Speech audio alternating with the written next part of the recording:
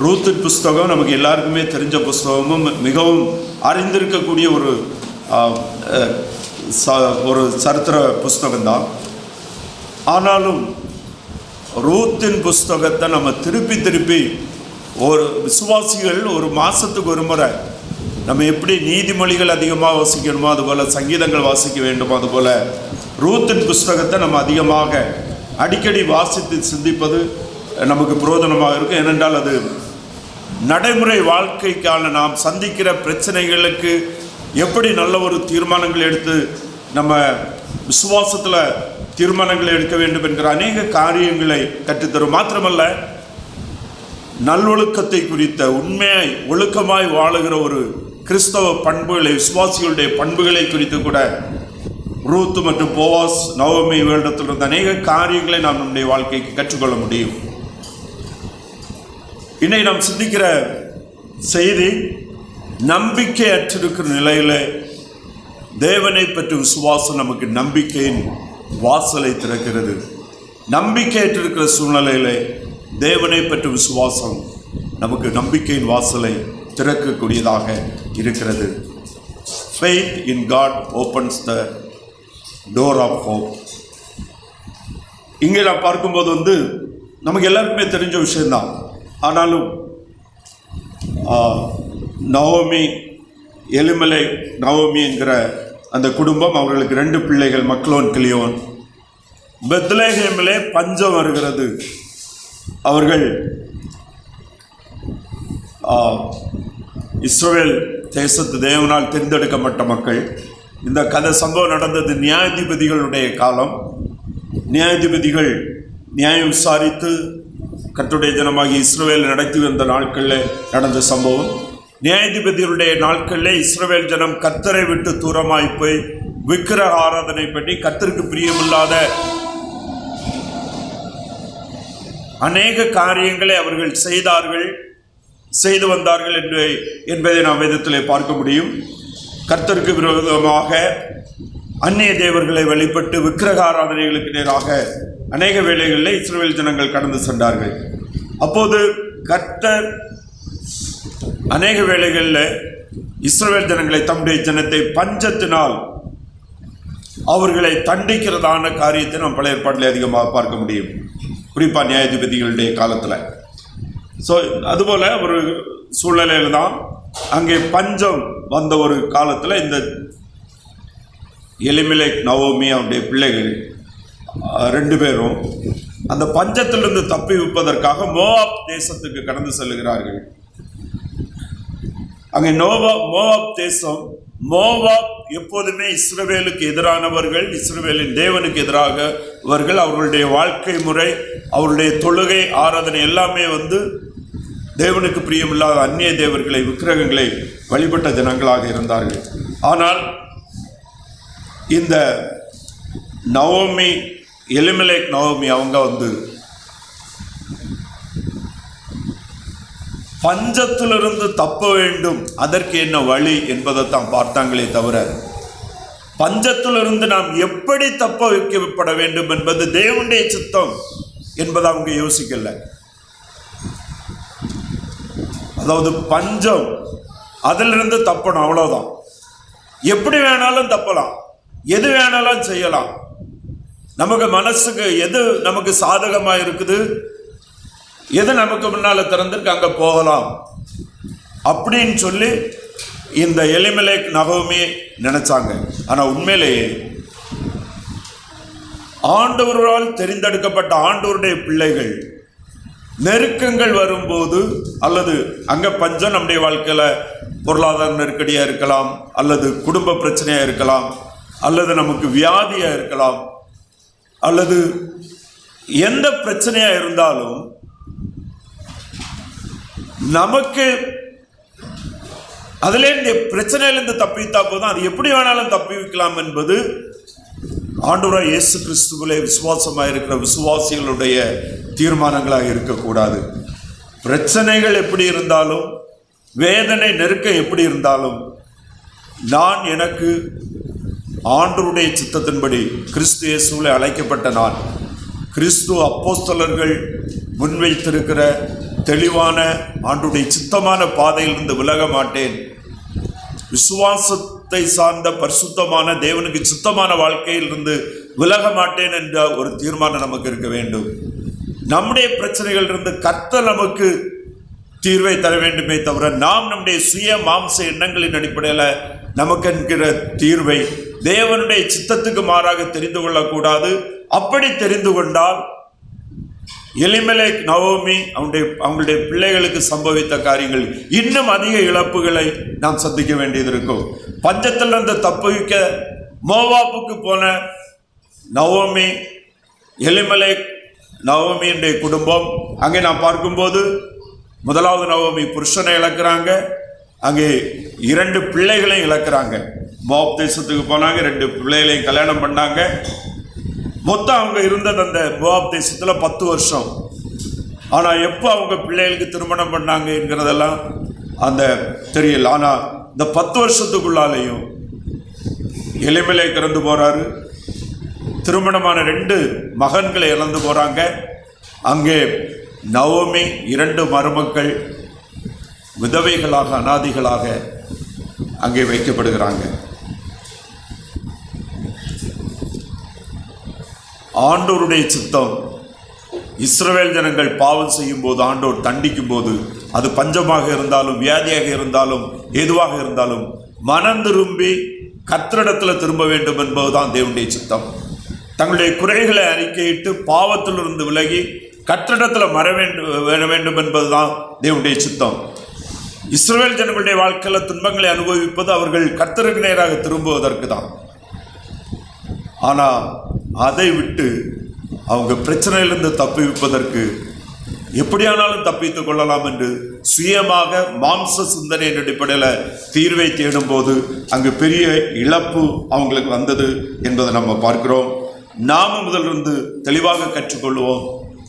நாம் மனம் திரும்பி ஆண்டவராக இயேசு கிறிஸ்துவை நம்முடைய வாழ்க்கையில சுந்தரட்சகர் ஆண்டவராக விசுவாசத்தை ஏற்றுக்கொண்ட நமக்கு நாம் வாழ்வதற்கு நாம் எப்படி சிந்திக்க வேண்டும், எப்படி தீர்மானம் எடுக்க வேண்டும், எப்படி பிரச்சனைகள் இருந்து நாம் சந்திக்கிற சூழ்நிலைகள் இருந்து வெளியே வர வேண்டும் என்பதற்கு வேத வசனம் தெளிவான ஆலோசனை நமக்கு தருகிறது.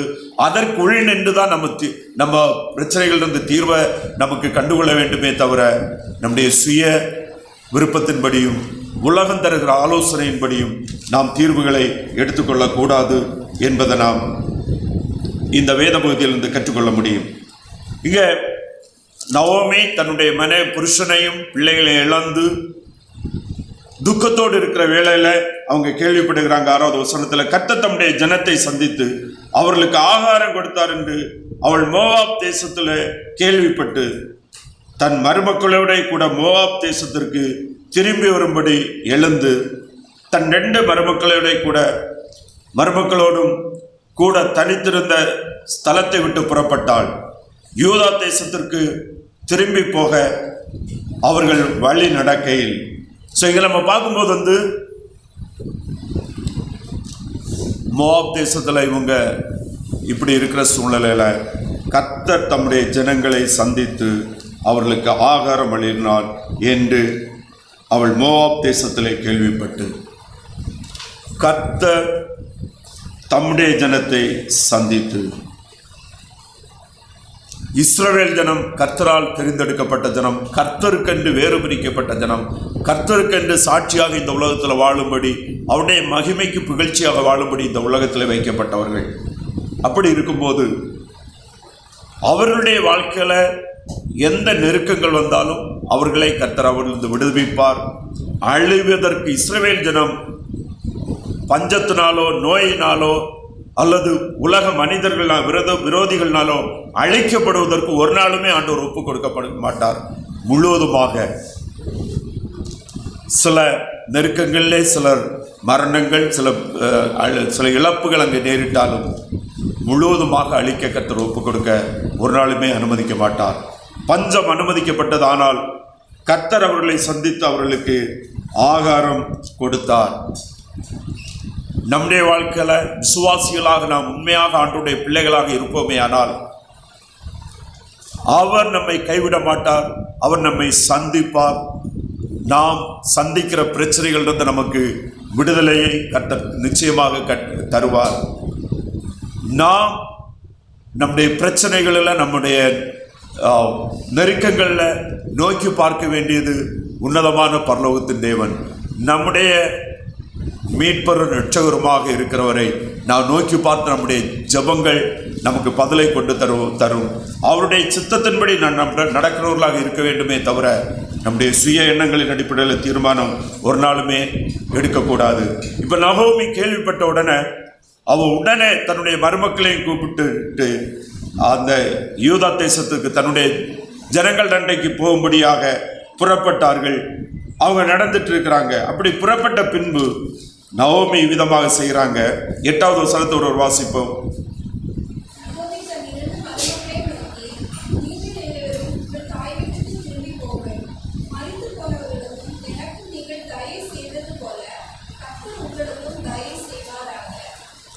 இந்த நவோமி தன்னுடைய மருமக்களிடத்தில் பேசுகிறாங்க. அவங்க டிசைட் பண்ணி புறப்பட்டாச்சு. கிளம்பின பிறகுதான் அவங்க மருமகளிடத்தில் பேசுகிறாங்க. என்ன பேசுகிறாங்கன்னா, நவோமி தன் 2 மருமக்களை நோக்கி, நீங்கள் இருவரும் உங்கள் தாய் வீட்டுக்கு திரும்பி போங்கள். மரித்து போனவர்களுக்கும் எனக்கு நீங்கள் தயை செய்தது போல கர்த்தர் உங்களுக்கும் தயை செய்வாராக. அதாவது நகோமியுடைய மருமக்கள் 2 பேருமே ஒரு நல்ல குணாதிசயங்களை உடையவங்க.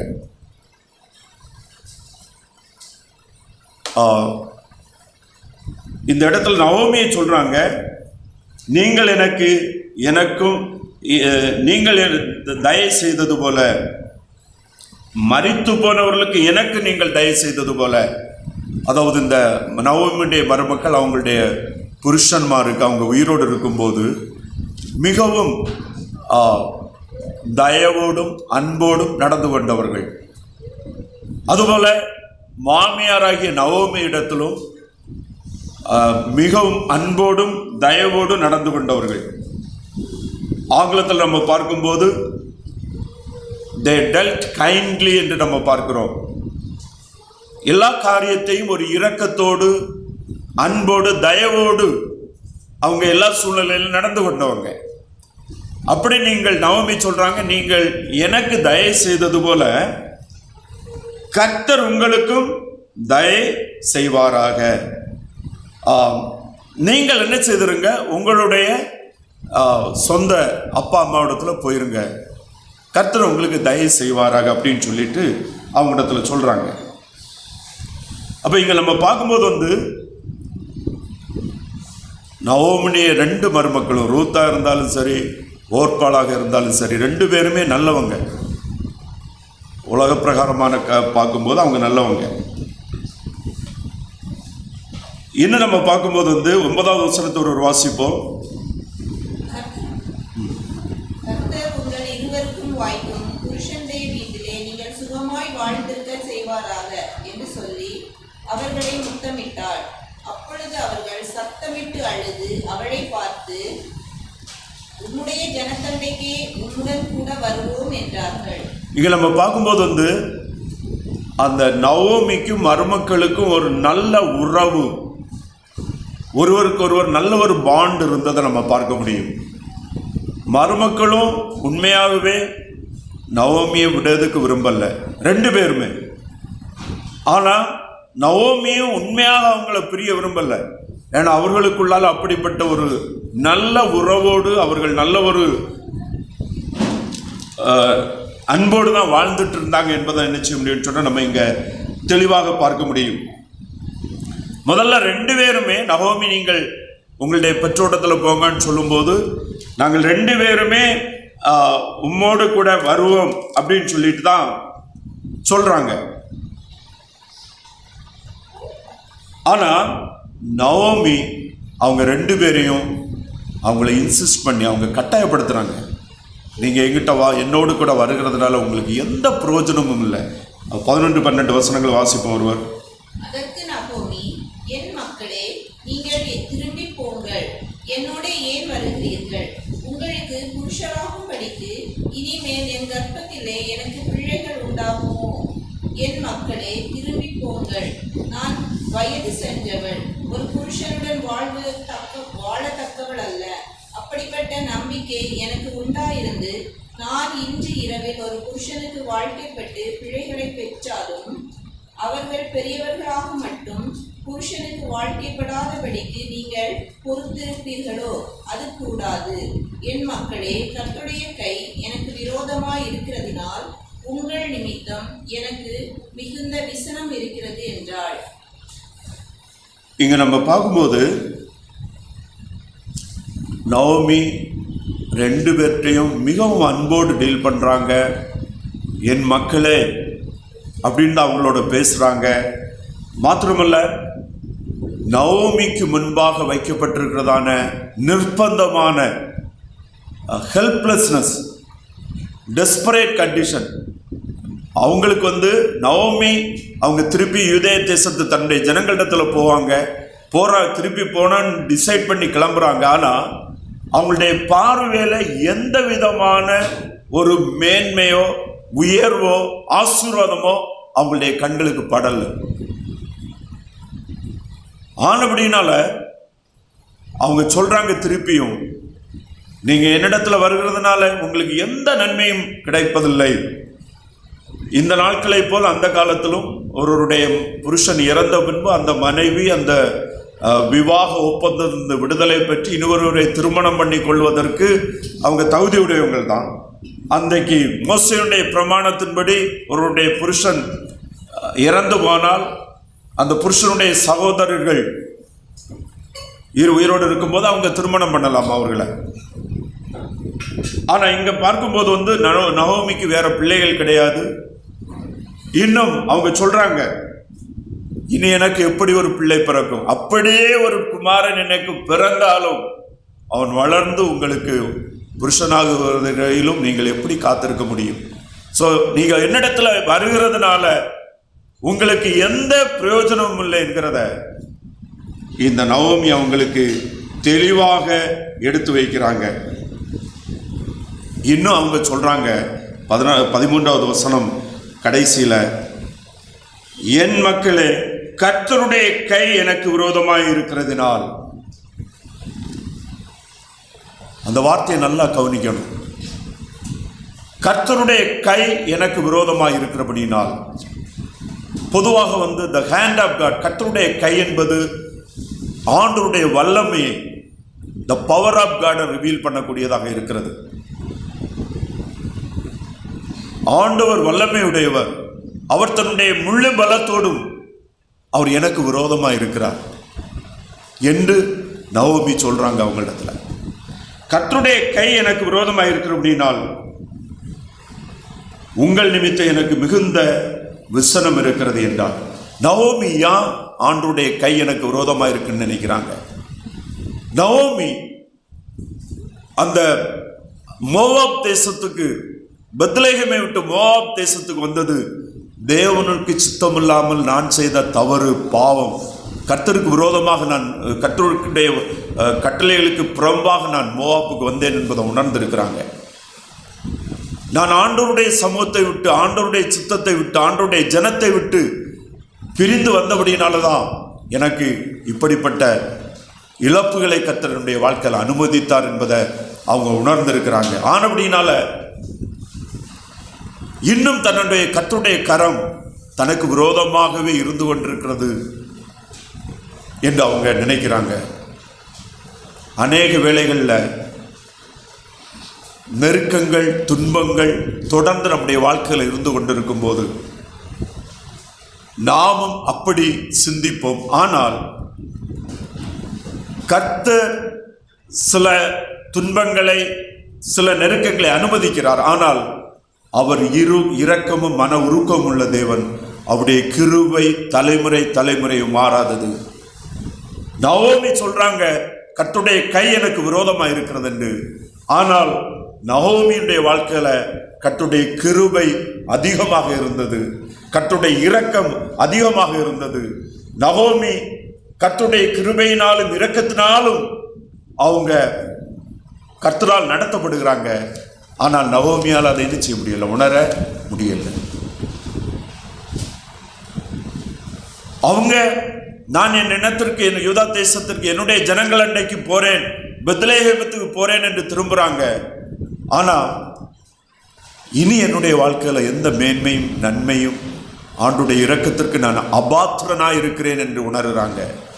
அருமையானவர்களே, ரட்சிக்கப்பட்ட விசுவாசிகள் நம்முடைய வாழ்க்கையில் எவ்வளவு தவறுகள் இருந்தாலும், நாம் ஆண்டுடைய வசனத்துக்கு விரோதமாக எந்த தப்பு பண்ணியிருந்தாலும் மனம் திரும்புவோமே ஆனால், கர்த்தருக்கு நேராக திரும்புவோமே ஆனால், அவருடைய கிருபை இரக்கமும் நமக்கு உண்டு. அவருடைய கிருபை உடனே அவருடைய கிருபையினால் நம்மை நடத்துகிற தேவனாக இருக்கிறார். நாம் அறியாமல் இருக்கிறோம்.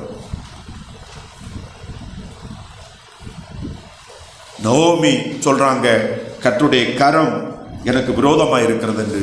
ஆனால் அவள் தன்னுடைய ஜனத்தண்டைக்கு திரும்பின நேரத்திலிருந்து கர்த்தருடைய கிருபையினால் அவர்கள் நடத்தப்படுகிறார்கள் என்பதை தொடர்ச்சியாக நகோமியுடைய வாழ்க்கையில் கர்த்தர் செய்த அற்புதமான அதிசயமான காரியங்கள் இருந்து நாம் கற்றுக்கொள்கிறோம்.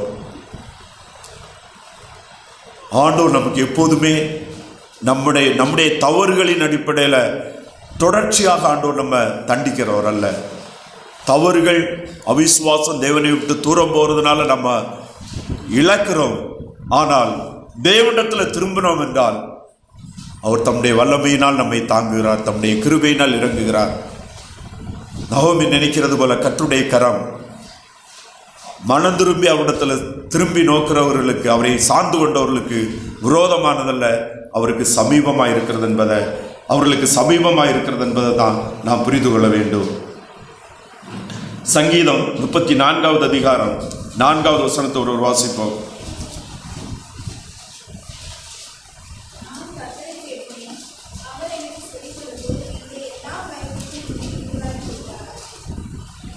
நான் கர்த்தரை தேடினேன், அவர் எனக்கு செவி கொடுத்து என்னுடைய எல்லா பயத்திற்கும் அவர் என்னை நீங்களாக்கிவிட்டார். கர்த்தரை தேடும்போது, கர்த்தரிடத்தில் திரும்பும்போது அவருடைய கிருபை, அவருடைய இரக்கம், அவருடைய அரவணைப்பு நமக்கு மிகவும் சமீபமாக இருக்கிறது என்பதை நாம் எப்போதுமே விசுவாசிக்க வேண்டும். ஆண்டோர் நம்முடைய தவறுகளின் அடிப்படையில் தொடர்ச்சியாக நம்மை தண்டிப்பதல்ல. அவர் நம்மை தண்டிப்பது நாம் அவரிடத்துக்கு நேராக திரும்புவதற்கே தவிர நாம் அழிக்கப்படுவதற்காக அல்ல, நாம் அழிந்து போவதற்காக அல்ல என்பதை உணர்ந்து கொள்ள வேண்டும். ஏசாயா 41வது அதிகாரம் 10வது வசனத்தோடு ஒரு வாசிப்போம்.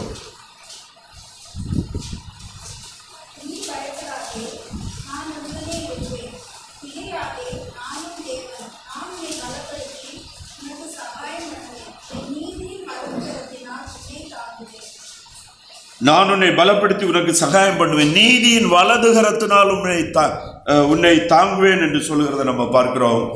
அது நகோமியினுடைய வாழ்க்கையில் மாத்திரமல்ல, இஸ்ரவேல் ஜனங்களுடைய வாழ்க்கையில் மாத்திரமல்ல, கர்த்தரிடத்தில் திரும்பி கர்த்தரை நோக்கி கூப்பிடுகிற, அவருடைய இரக்கத்திற்கு எதிர்பார்க்கிற, கிறிஸ்து இயேசுவிலே விசுவாசமாக இருக்கிற நம் ஒவ்வொருவருக்கும் அவர் நம்மை நீதியின் வலதுகரத்தினால் நம்மை தாங்கி நடத்துகிற தேவனாக இருக்கிறார். நகோமி சொல்றாங்க, என்னுடைய கர்த்தருடைய கை எனக்கு விரோதமாக இருக்கிறது என்று. ஆனால் நகோமி தன்னுடைய நீதியின் கரத்தினால் தாங்கி அரவணைத்துக் கொள்ளும்படியாக, கர்த்தருடைய மகிமைக்கென்று நகோமியை இன்னும் ஆசீர்வதிக்கும்படியாக கர்த்தருடைய கரம் அவளுக்கு சமீபமாகவே இருந்தது என்பதை நம்ம தெளிவாக நாம் பார்க்க முடியும். 14 16 வரை உள்ள வசனங்களை ஒரு வாசிப்போம். அப்பொழுது அவர்கள் சத்தமிட்டு அதிகமாய் அழுதார்கள். ஒருபாள் தன் மாமியை முத்தமிட்டு போனாள், ரூத்தோ அவளை விடாமல் பற்றி கொண்டாள்.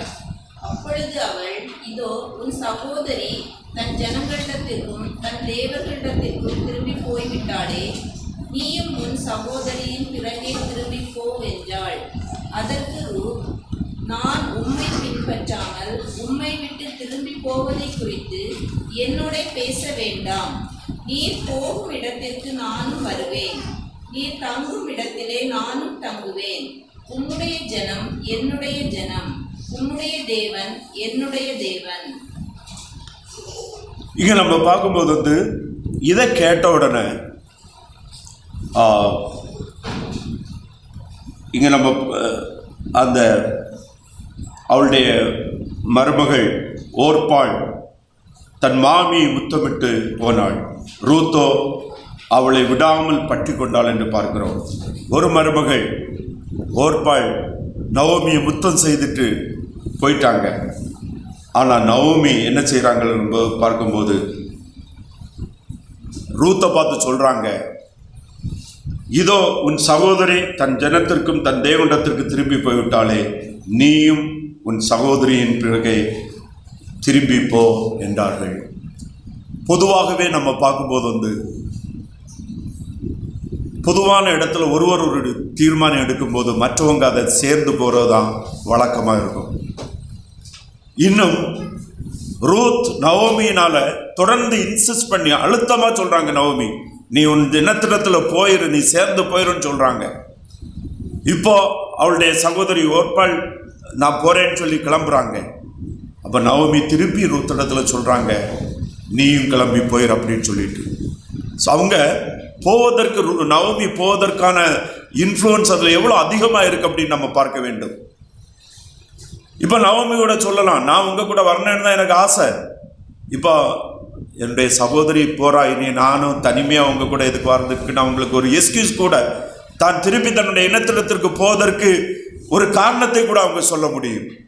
ஆனால் ரூத்தினுடைய தீர்மானம் நகோமியோடு போக வேண்டும் என்பதற்கு நகோமி மாத்திரமல்ல, நகோமியினுடைய தேவன் ரூத் நகோமியினுடைய மகனை திருமணம் பண்ணி அந்த குடும்பத்தோடு வாழ்ந்த நாட்களில் இஸ்ரவேலின் தேவனை குறித்து அவங்க தெளிவாக அறிந்து கொண்டு அந்த தேவன் என்னுடைய தேவனாக இருக்க வேண்டும் என்று அந்த நகோமி எலிமெலேக்குடைய கர்த்தரை தேவனை, ஒரே மெய் தேவனை, இஸ்ரவேலின் தேவனை தனக்கு சொந்தமாக தெரிந்து கொண்டபடினால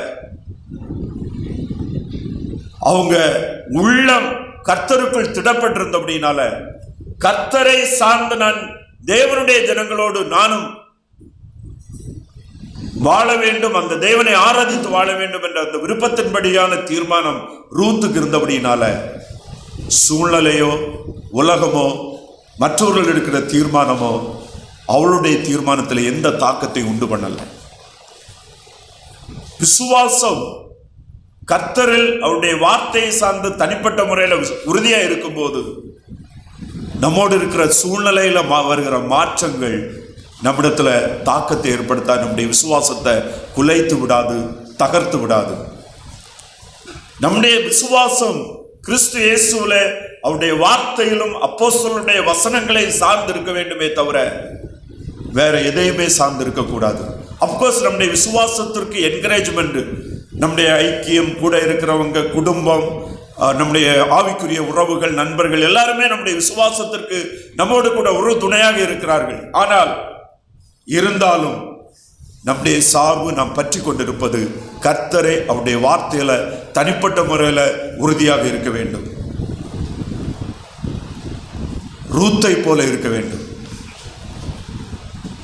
நம்முடைய விசுவாசம் உலகத்தில் இருக்கிற நஷ்ட கஷ்டங்களை சார்ந்ததாக இருக்கக்கூடாது.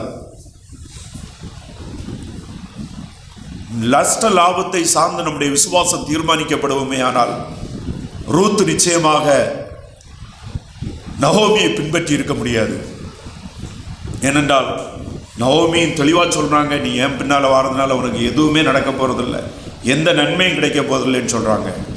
ரூத்துக்கும் அவளுடைய மாம்ச பார்வையில் நகோமிக்கு பின்னால் போய் எனக்கு பெரிய வாழ்க்கையில் முன்னேற போகிறேங்கிறதெல்லாம் அவன் நினைக்கவே இல்லை.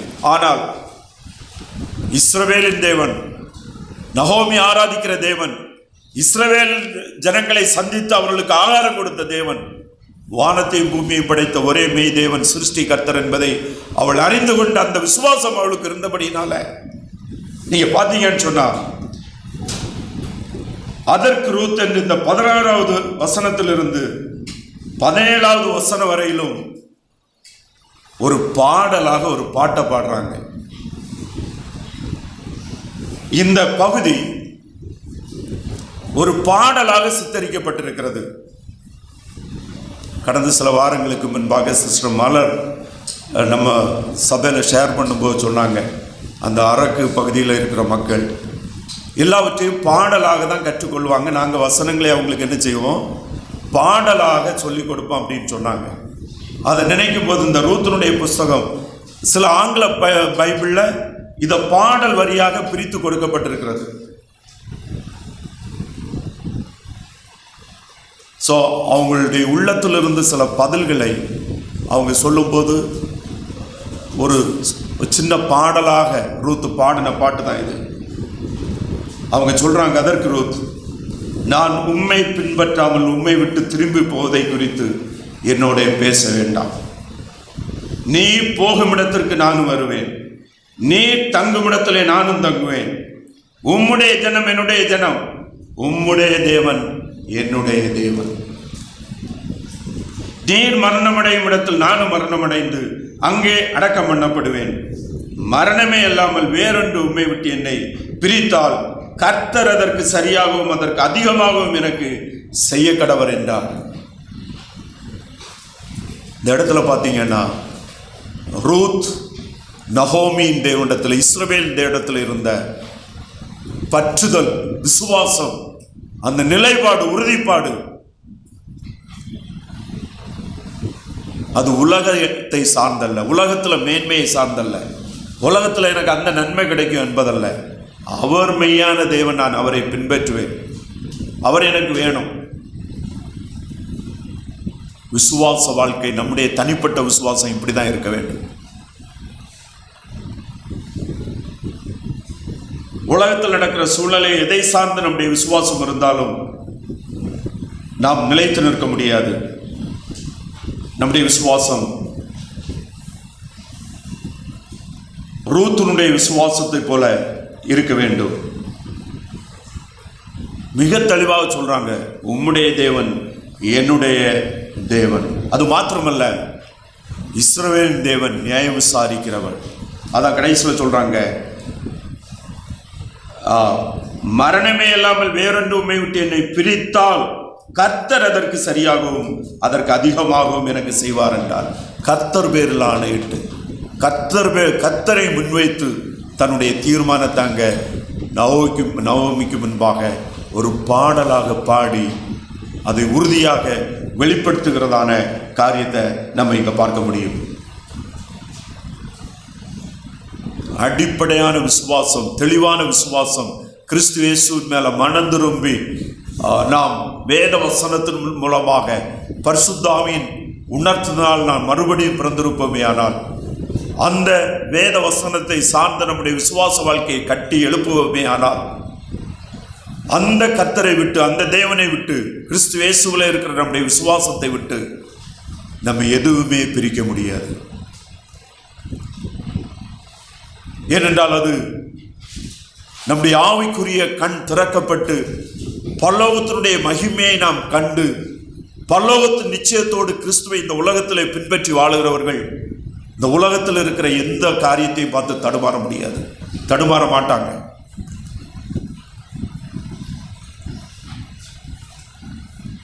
அப்போஸ்தலனாகிய பவுல் அதனால்தான் கொரிந்தியருக்கு சொல்லும்போது 2 கொரிந்தியர் 5வது அதிகாரம் 6வது வசனத்தோடு ஒரு வாசிப்போம்.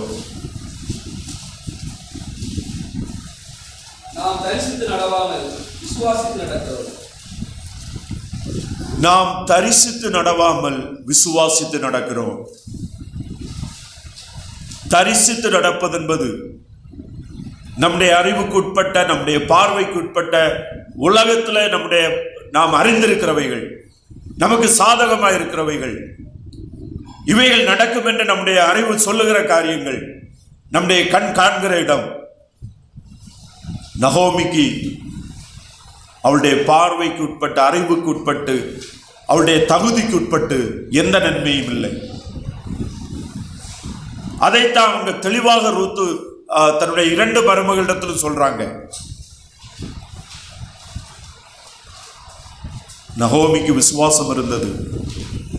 நகோமி தேவன், இஸ்ரவேல் தேவன், மெய் தேவன் என்பதை அறிந்திருந்தாங்க. ஆனால் அவங்க சந்தித்த சூழ்நிலையில தனக்கு உலக பிரகாரமாக எந்த நன்மையும் இனி உண்டாகும் என்று நினைக்க முடியல.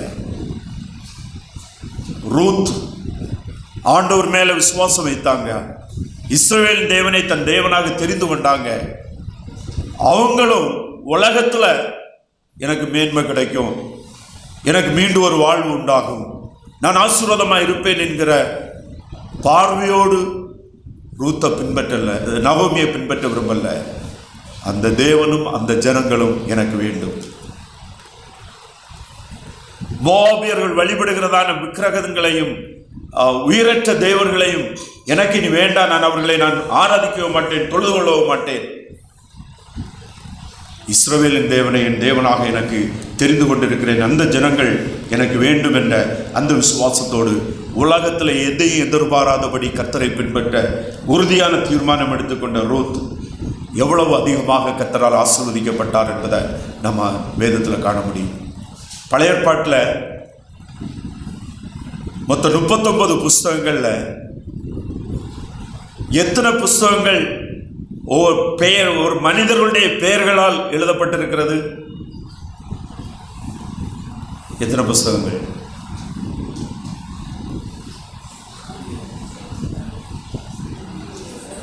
யோசுவா, யோபு, ரூத்து, எஸ்தர், அடுத்து தானியேல், ஒபதியா, தீர்க்கதரிசிகள். யோசுவா என்கிற ஒரு மேன்மையான தலைவன், யோபு என்கிற பக்தன். அந்த வரிசையில் ரூத் ஒரு மோவாபிய பெண், அவங்களுடைய பேரால கர்த்தருடைய வேதத்தில் ஒரு புஸ்தகம். எவ்வளவு பெரிய ஆசீர்வாதம்!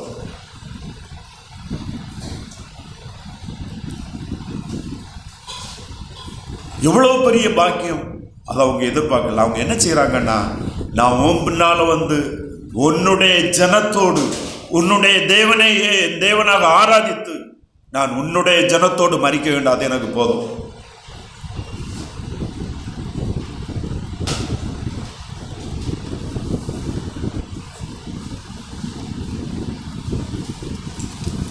ரெண்டு தெசலோனிக்கேயர் 1வது அதிகாரம் 3வது வசனத்தோடு ஒரு வாசிப்போம்.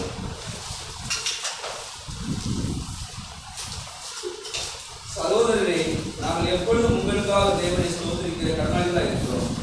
உங்கள் விசுவாசம் மிகவும் பெருகிறபடினாலும் நீங்கள் எல்லாரும் ஒருவரை வைத்திருக்கிற அன்பு அதிகரிக்கிறபடினாலும் அப்படி செய்வது தகுதியாக இருக்கிறது. இங்க தெசலோனிக்கே சபை விசுவாசிகளை குறித்து அப்போஸ்தலனாகிய பவுல் எழுதும்போது அவர்களுடைய விசுவாசத்தை குறித்து விதமாக சொல்லுகிறத பார்க்கிறோம். உங்கள் விசுவாசம் மிகவும் பெருகிறபடினாலும் நீங்கள் எல்லாரும் ஒருவருக்கு ஒருவர் வைத்திருக்கிற அன்பு அதிகரிக்கிறதுனாலும் அப்படி செய்கிறது தகுதியாக இருக்கிறது. நான் எப்பொழுதும் உங்களை குறித்து என் தேவனை ஸ்தோத்தரிக்கிறேன், ஏனென்றால் உங்கள் விசுவாசம் உங்களுக்குள் பெருகுகிறதாக இருக்கிறது. ஆண்டவராய் இயேசு கிறிஸ்துவிலே விசுவாசமாக இருக்கிற நம்முடைய விசுவாசம் நம்மளே பெருகக்கூடியதாக இருக்கிறது. பெருக செய்கிற தேவன் பரிசுத்தாவியானவராக நமக்குள் வாசம் செய்கிறார். எப்போது அது பெருகுகிறது? வேத வசனத்தினால் நம்முடைய இருதய விசுவாசத்தில் ஆண்டவருடைய சித்தத்தை சார்ந்து கர்த்தருடைய வசனங்களை நமக்குள் இருதயத்தில் வைத்து அதை பற்றி கொண்டு வாழும்போது நம்முடைய விசுவாசம் பெருகுகிறதாக இருக்கிறது. ரூத்தினுடைய விசுவாசம் அவ்வளவு பெரிதாக இருந்தது. 1 தெசலோனிக்கேயர் 1வது அதிகாரம் 2வது வசனத்தை ஒரு வாசிப்போம். தேவனுக்கு பிரியமான சகோதரரே, உங்கள் விசுவாசத்தின் கிரியையையும் உங்கள் அன்பின் பிரயாசத்தையும் நம்முடைய கர்த்தராகிய இயேசு கிறிஸ்துவின் உள்ள உங்கள் நம்பிக்கையின் பொறுமையையும் நம்முடைய பிதாவாகிய தேவனுக்கு முன்பாக நாங்கள் இடைவிடாமல் நினைவு கூர்ந்து. போதும். உங்கள் விசுவாசத்தின் கிரியையும் உங்கள் அன்பின் பிரயாசத்தையும் நம்முடைய கர்த்தராகிய இயேசு கிறிஸ்துவின் மேல் உள்ள உங்கள் நம்பிக்கையின் பொறுமையையும். தெசலோனிக்கே சபை விசுவாசிகள் அவர்களும் அதற்கு முன்பாக விக்கிரகங்களை ஆராதித்து வந்தவர்கள். ஆண்டவராய் இயேசு கிறிஸ்துவிலே விசுவாசம் வைத்து கர்த்தரை பின்பற்றி கர்த்தரை சார்ந்து வந்த பின்பு அவர்களுடைய விசுவாசம் அவர்களுக்குள் பெருகி அவர்கள் கர்த்தர் மேல் வைத்த நம்பிக்கை அவர்களுக்குள் வளர்ந்து மேலோங்கி வருகிறத நம்ம பார்க்க முடியும். கிறிஸ்து இயேசுவிலே விசுவாசமாக இருக்கிற நாம், நம்முடைய விசுவாசம் நமக்குள்ளால் எப்படி பெருகிறதாக இருக்கிறது என்பதை நம்ம சிந்தித்து பார்க்கிறோமா? ரூத் நவோமியை பின்பற்ற காரணம் நகோமியுடைய தேவனை அவள் அறிந்து கொண்டு அவர் மேல் வைத்த விசுவாசம், அந்த தேவனை எல்லாவற்றையும் ஆளுகை செய்து நடத்துகிறவர் என்ற நம்பிக்கை, அந்த தேவன் எனக்கு வேண்டும் என்ற அந்த உறுதிப்பாடு அந்த தேவனை பின்பற்ற செய்தது. நகோமியினால அதுக்கு பிறகு எதுவுமே பேச முடியல. அதான் 18வது வசனத்தில் பாருங்க, அவர் தன்னோட கூட வர மன உறுதியாக இருக்கிறதை கண்டு அப்புறம் அதை குறித்து அவளோட ஒன்றும் பேசவில்லை.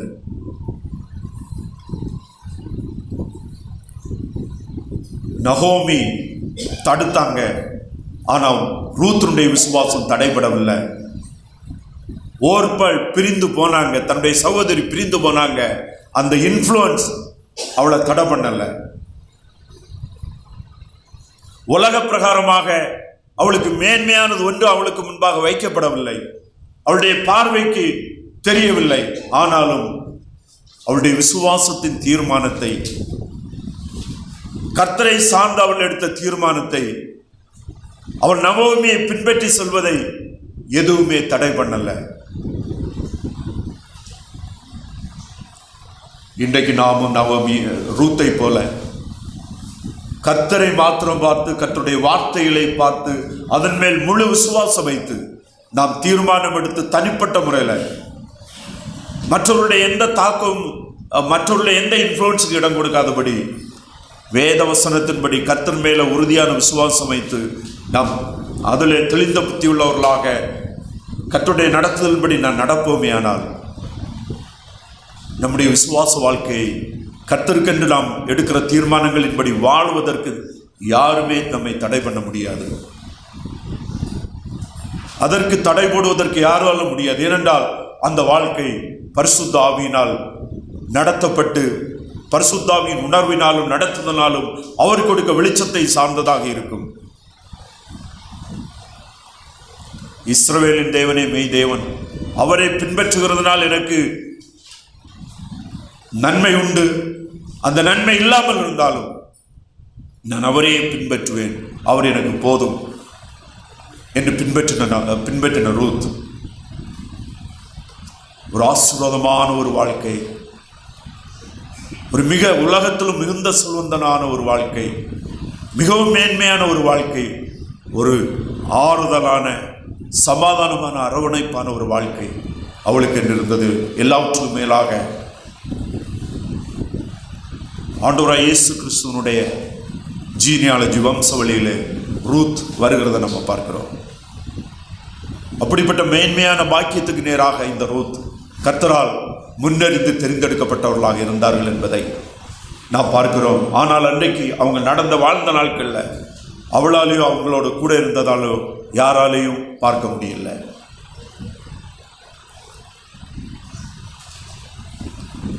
ரெண்டு கொரிந்தியர் 2வது அதிகாரம் 9வது வசனத்தை ஒரு வாசிப்போம்.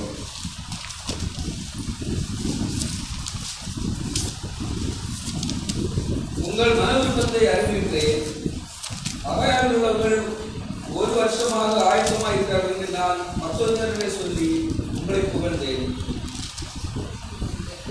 1 கொரிந்தியர் 2வது அதிகாரம் 9வது வசனம். 1 கொரிந்தியர் 2வது அதிகாரம் 9வது வசனம்.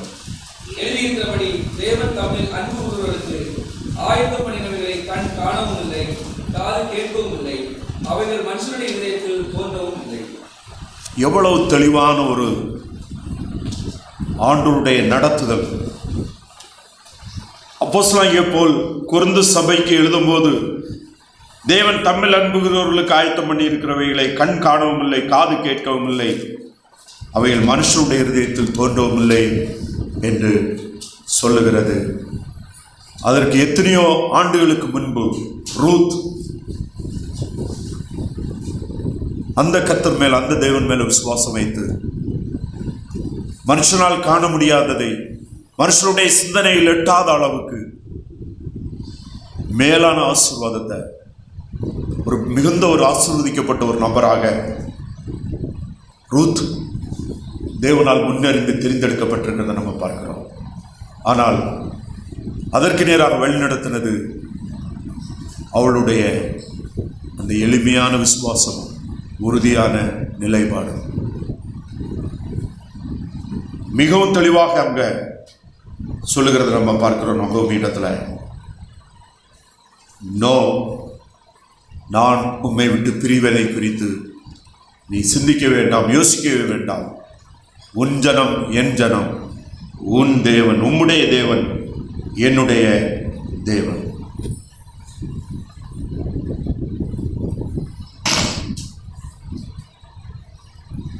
அடுத்து நம்ம இங்க பார்க்கும்போது 10வது வசனத்துல, அப்படியே இருவரும் பெத்லேஹேம் மட்டும் நடந்து போனார்கள். அவர்கள் பெத்லேஹேமுக்கு வந்தபோது ஊரார் எல்லாரும் அவர்களை குறித்து ஆச்சரியப்பட்டு, இவள் நகோமியோ என்று பேசிக்கொண்டார்கள்.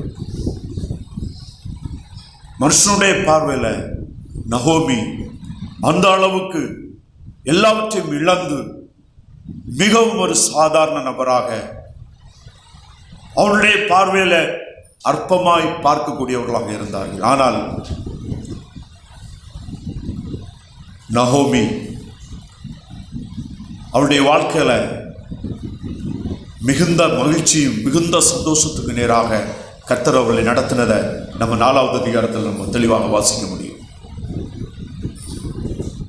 நகோமி சொல்றாங்க, என்னோடு நீங்கள் வருகிறதுனால் நம்பிக்கை இல்லை என்று. ஆனால் கர்த்தர் விசுவாசத்து நிமித்தம் கர்த்தருக்காக நகோமியை பின்பற்றினபடினால, உன் தேவன் எனக்கு வேண்டும் என்று பின்பற்றபடினால, கர்த்தருடைய சித்தப்படியான இஸ்ரவேலுடைய பிரமாணத்தின் ஒழுங்கின்படியாக ரூத்திற்கு ஒரு அழகான ஒரு சுதந்திர வழியை கர்த்தர் வைத்திருந்தார் என்பதை நம்ம பார்க்கிறோம். ஆண்டோர் நமக்கு தேவையானவைகளை நாம் அறிவதற்கு முன்பாக அறிந்து நாம் விசுவாசத்தின் பாதையில் நடக்கும்போது கர்த்தர் நமக்கு மேன்மையானவைகளை நமக்காக முன்வைத்திருக்கிறார் என்ற விசுவாசத்தோடு கர்த்தரை நாம் பற்றி கொள்வோம். ஒருவேளை நாம் நம்முடைய வாழ்க்கையில கர்த்தருடைய கரம் எனக்கு விரோதமாக இருக்கிறது என்று நினைக்கலாம். கர்த்தர் என்னுடைய வாழ்க்கையில எனக்கு தடைகளை தான் தந்தாரு, வேதனையை நான் கொடுத்தாருன்னு நம்ம நினைக்கலாம். சில வேளை நம்ம இந்த செய்தியை கேட்கும் போது நினைக்கலாம், அது ரூத்துடைய வாழ்க்கையில் நடக்கும், எனக்கு எப்படி நடக்க போகுது அப்படின்னு நினைக்கலாம். நோ, ஆண்டோர் எவ்வளவு பெரிய அற்புதமான அதிசயமான கர்த்தர் என்பதை அவரை விசுவாசிக்கிறதுனால், அவருடைய உண்மைகளை பற்றி கொள்கிறதுனால் நாம் அதிகமாக நம்முடைய வாழ்க்கையை உணர முடியும் என்பதற்கு ரூத் ஒரு நமக்கு மாதிரி. ரூத் நமக்கு ஒரு பாடம். விசுவாச வாழ்க்கைக்கு நாம் ரூத்துடைய வாழ்க்கையிலிருந்து கற்றுக்கொள்வதற்கு அநேக காரியங்கள் நமக்கு உண்டு. அந்த ரூத்துடைய தேவன் நம்முடைய வாழ்க்கையிலும் அதே தேவனாக இருந்து அற்புதமாக நம்மை நடத்த போதுமானவராக இருக்கிறார் என்று விசுவாசித்து நம்மை ஆண்டோருக்கு அவருடைய உண்மையுள்ள வார்த்தைக்கு ஒப்புக் கொடுப்போம். கர்த்தர் நம்மை ஆசீர்வதிப்பாராக. நம் கண்களை மூடி ஜெபிப்போம்.